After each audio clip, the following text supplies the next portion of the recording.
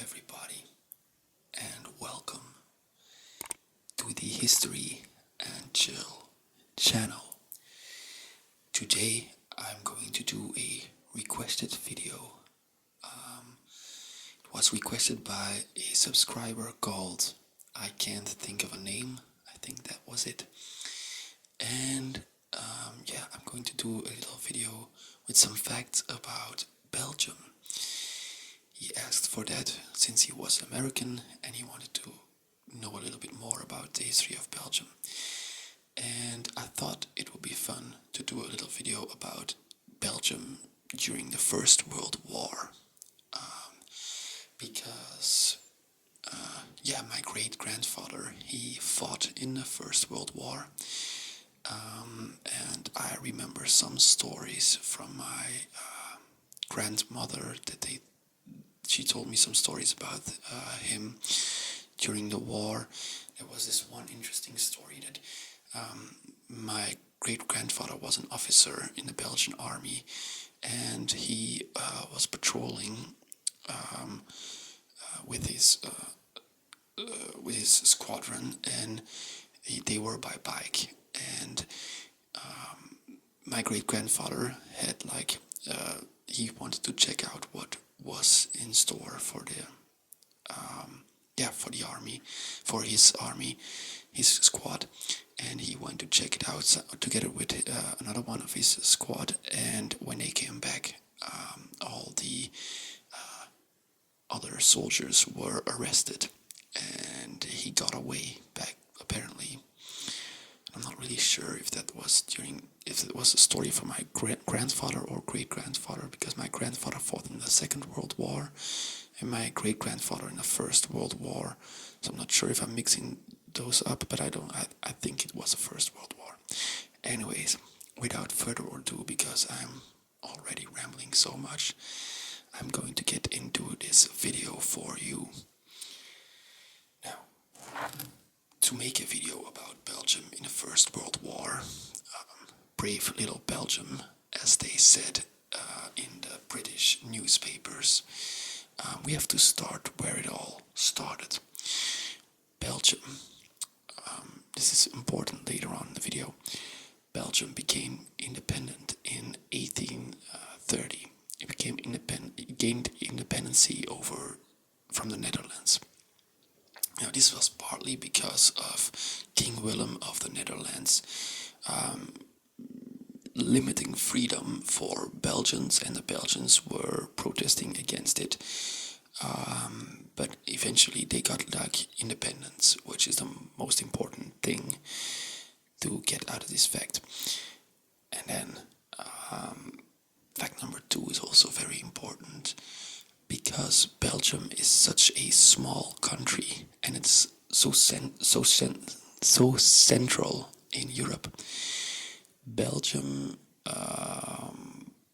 adopted a policy of neutrality, and later on in 1839 this was signed officially in London. So Belgium had to remain neutral, and one could not invade Belgium in European theater, which is really important later on in this vid, obviously. Fact number 3. In the Franco-Prussian War in 1870, the Germans invaded France while avoiding Belgium because of the neutrality. They went through the southern, they evaded Belgium and they attacked France, in the part that's not bordering with Belgium, And it was back then that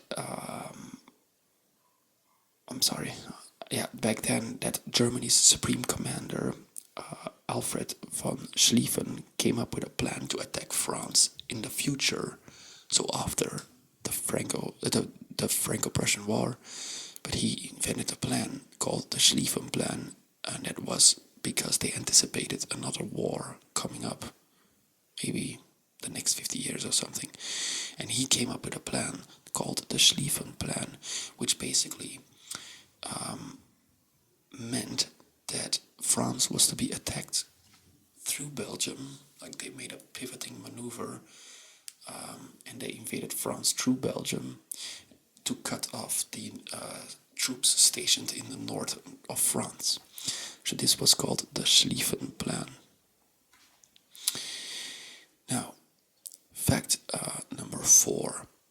Belgium had the national redoubt, or in Flemish, the National Redoubt, National Redoute in French. This was a series of fortifications around Belgium's big cities. For example, around Liège, around Namur, around Antwerp. This becomes important later on in the video. Now, fact number 5.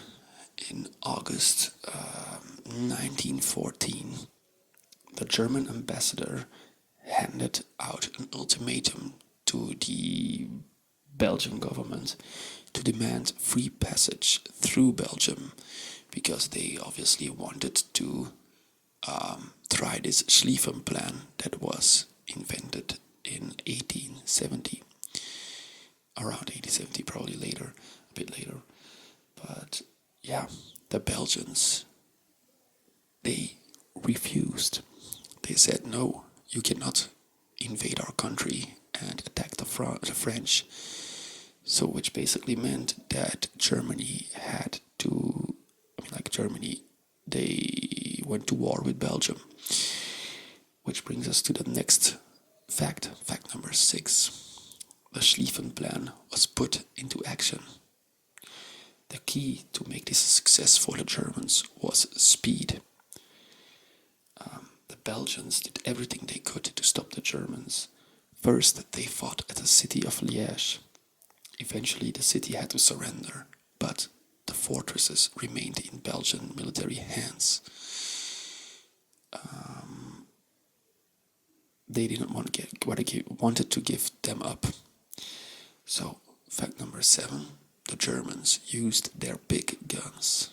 They called them Big Bertha in English, I think. But in Flemish, it's just Dikke Bertha, Dikke Bertha, Dikke Bertha, Dikke Bertha. And they were howitzers.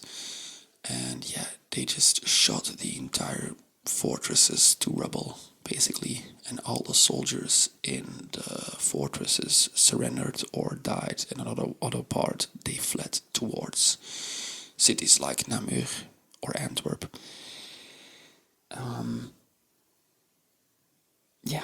Brings us to the next fact, fact number 8.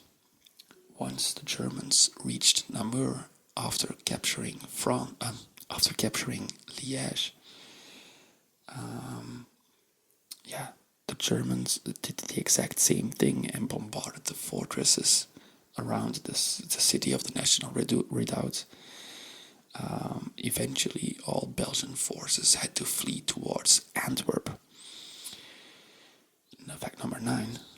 It was said that fortresses around Antwerp could not be conquered because they were extra reinforced. But sadly for the Belgian army, they were turned into rubble quickly by the Germans' Dikke Bertha guns. In September, all of the fortresses around Antwerp fell into German hands.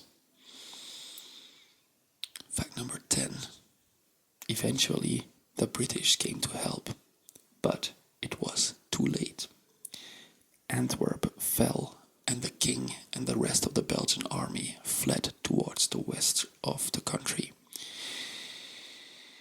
This area was never conquered by the Germans. But it wasn't strategically significant, but just the king and the army made camp there, Fact number 11. The race to the sea was on. British and German troops tried to outflank each other, which ended up into a trench warfare stalemate at Ypres and the Yser. The Yser is a river in Belgium, in the western part of Flanders. Fact number 12, which is the last fact, is that the war went on for 4 long years, as you all know. The Belgian soldiers had little to no communication methods with their loved ones who were in occupied territory, because obviously the Germans cut off the supply lines and cut off the communication lines, which is a torturous way. It must have been like really torturous to just be at that front in the dirt, not knowing how your loved ones are, you know.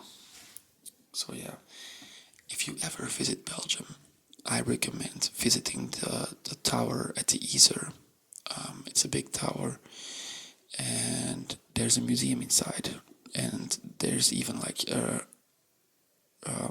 replica of the Belgian trenches in the First World War.